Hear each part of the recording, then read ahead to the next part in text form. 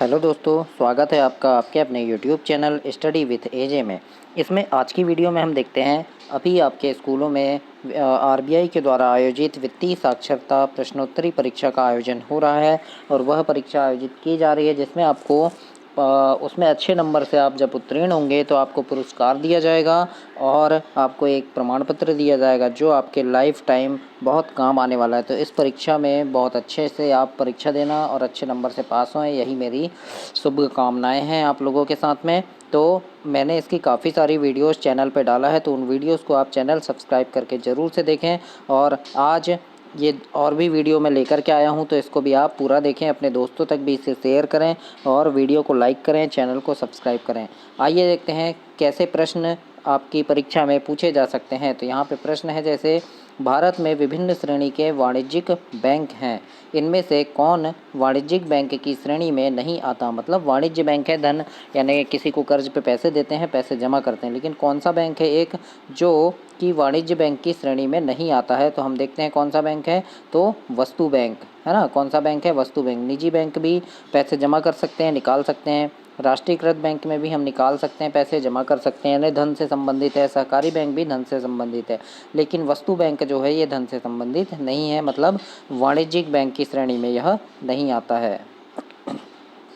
अगला देखते हैं, जैसे अगला प्रश्न है, निम्नलिखित प्रकार के बैंक में से किस प्रकार के बैंकों को विदेशी मुद्रा खाते के संचालन की अनुमति प्राप्त है। यानी ऐसे कौन से बैंक हैं इनमें से जिसे विदेशी मुद्रा के खाते, मतलब विदेश में जो डॉलर चलते हैं, जो पैसे चलते हैं, उनके अकाउंट खोलने की अनुमति कौन से बैंक को है। तो इसका आएगा हमें राष्ट्रीयकृत बैंक, है ना। कौन सा बैंक होगा ये, राष्ट्रीयकृत बैंक, इसमें सही आंसर होगा आपका।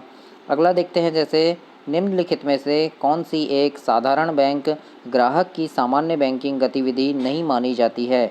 मतलब ग्राहक की एक सामान्य बैंकिंग गतिविधि नहीं मानी जाती, तो इनमें से क्या आ जाएगा, जैसे कि पीएलआर घटाना या बढ़ाना और ऋण की नीति की घोषणा। ये क्या है, ग्राहक की सामान्य बैंक गतिविधि इसे नहीं मानी जाती है। बाकी एटीएम का प्रयोग भी ग्राहक कर सकते हैं, टेली बैंकिंग भी कर सकते हैं, बैंकर चेक का उपयोग भी ग्राहक कर सकते हैं, लेकिन ये क्या है देखो कि ब्याज दर को घटाना बढ़ाना ग्राहक नहीं कर सकते, ये बैंक के अधिकारी कर्मचारी और बैंक की जो मीटिंग होती है उसमें उसके अधिकारी लोग, बैंक के अधिकारी इस चीज़ को कर सकते हैं।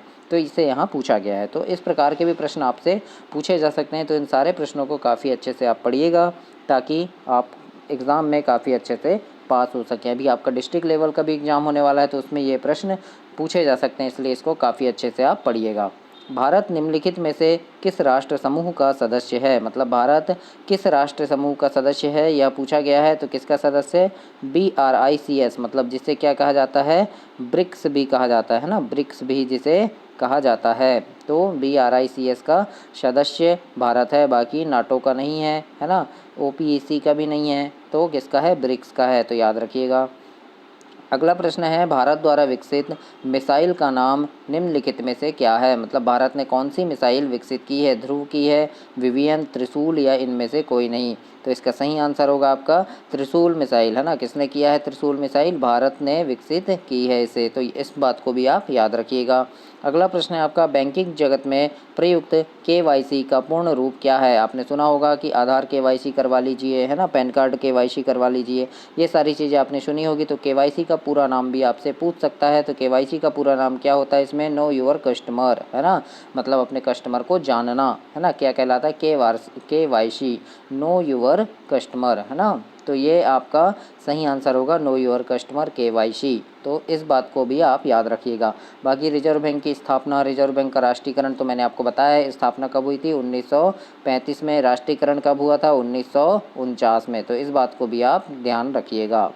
आगे प्रश्न देखते हैं, बैंकिंग एवं वित्त के क्षेत्र में निम्नलिखित में से किस शब्द का प्रयोग किया जाता है ना। किसका किया जाता है, एक्रूड इंटरेस्ट का किया जाता है, डिफ्यूजन का, डिविडेंड्स का, या इनमें से कोई नहीं। यानी बैंकिंग या वित्त के क्षेत्र में किसका किया जाता है, एक्रूड इंटरेस्ट का प्रयोग किया जाता है। याद रखिएगा, एक्रूड इंटरेस्ट का प्रयोग किया जाता है। या पूछ सकता है, शब्दावली पूछ सकता है कि किस चीज़ शब्द का प्रयोग किया जाता है, तो आप इनको याद रखिएगा। थोड़ा आपने सुना होगा, देखा होगा कहीं बैंक में कैसे प्रयोग किए जाते हैं। अगला है यहाँ पे निम्नलिखित में से भारत के निजी क्षेत्र के एक बैंक का नाम कौन सा है। निजी क्षेत्र का बैंक भारत का कौन सा है, तो कौन सा है, साउथ इंडियन बैंक। ये मैंने पिछली वीडियो में भी आपको बताया था और ऐसी काफ़ी सारी वीडियोस चैनल पर डली है, तो उन सारी वीडियोस को देखें। ऐसा ज़रूरी नहीं कि ब्लॉक लेवल का है तो ना देखें, क्योंकि उनमें से भी कुछ प्रश्न आ सकते हैं। तो सारी वीडियोज़ को आप बहुत अच्छे से देखना। और यूट्यूब पर काफ़ी कम वीडियोज़ हैं ऐसी, और मुझे भी बहुत परेशानी होती है ये कंटेंट ढूंढने में, क्योंकि मिलते नहीं हैं। तो मैं भी बहुत मेहनत से इस वीडियो को आपके लिए लेकर के आया हूँ। तो चैनल सब्सक्राइब करके अपने दोस्तों तक भी इसे शेयर करना और वीडियो को लाइक करना दोस्तों।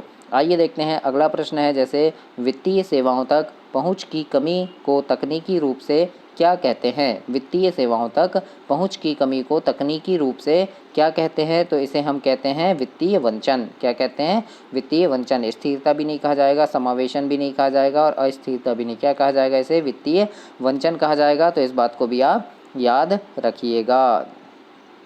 अगला प्रश्न देखते हैं हम। प्रश्न अगला है आपका कि निम्नलिखित में से कौन सा आधे विश्व का प्रमुख भोजन है। आधे विश्व का प्रमुख भोजन कौन सा है ना। आलू है, गेहूं, मक्का या केला। तो क्या होगा यहाँ पे, सही आंसर आपका गेहूं हो जाएगा, क्योंकि देखो गेहूं जो है आधे विश्व का प्रमुख भोजन कहलाता है। रोटी सभी खाते हैं, है ना। तो इस प्रकार गेहूं आपका सही आंसर इसमें होगा। अगला प्रश्न है आपका, बैंकिंग के क्षेत्र में निम्नलिखित में से कौन से शब्द का प्रयोग होता है। देखो अभी मैंने पिछली बार भी बताया था कौन सा शब्द है ना। यानी शब्दावली कुछ आपको बननी चाहिए, है ना। चेक हो गया, चेक बाउंस हो गया, तो ये शब्द कहाँ यूज़ होते हैं, बैंक में यूज़ होते हैं।